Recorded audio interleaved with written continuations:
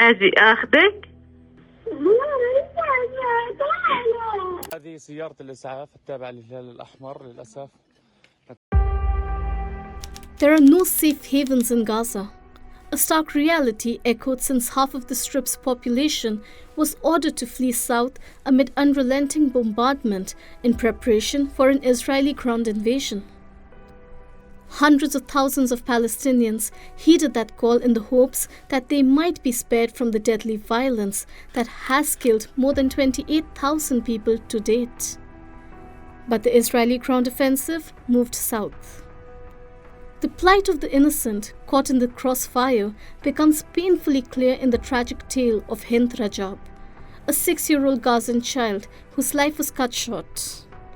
Her desperate plea for help ended in silence, with her remains discovered alongside those she was with.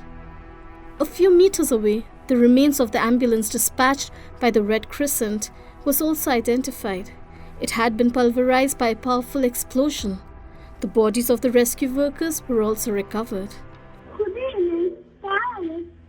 أجي أخذك.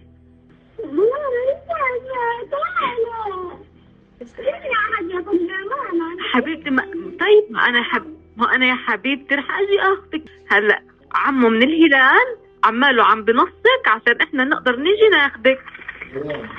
حواليكي في ضرب رصاص. خديني يا حبيبتي والله بدي أخذك بس مش بإيدي هلا.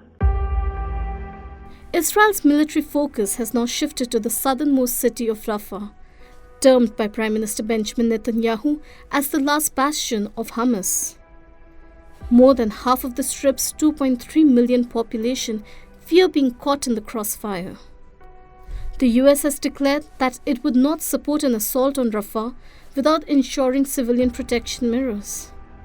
We do not support any military campaign in Rafah going forward as long as they cannot properly account for the 1.1 million people by some estimates who are in Rafah today, some of whom have already been displaced, some of whom have been displaced multiple times. We think there needs to be a credible plan that they can actually execute before they undertake any military campaign in Rafah. We are devastated about the reports of the death of Hind Rajab. I will tell you that I have a little girl that's about to turn 6 myself, and so it is just a devastating account, a heartbreaking account for this child, and of course there have been thousands of other children who have died as a result of this conflict. And every one of them is a tragedy that I know, I can tell you, everyone in the United States government feels quite deeply. We have asked the Israeli authorities to investigate this incident on an urgent basis. We understand that they are doing so. We expect to see those results on a timely fashion, and they should include accountability measures as appropriate. US Secretary of State Antony Blinken, alongside European leaders, voices a pressing need for a ceasefire, emphasizing the imperative to protect civilians and provide them with necessary aid amidst the chaos. Joe Biden advocates for a pause in hostilities, a respite from the violence to pave way for a lasting peace.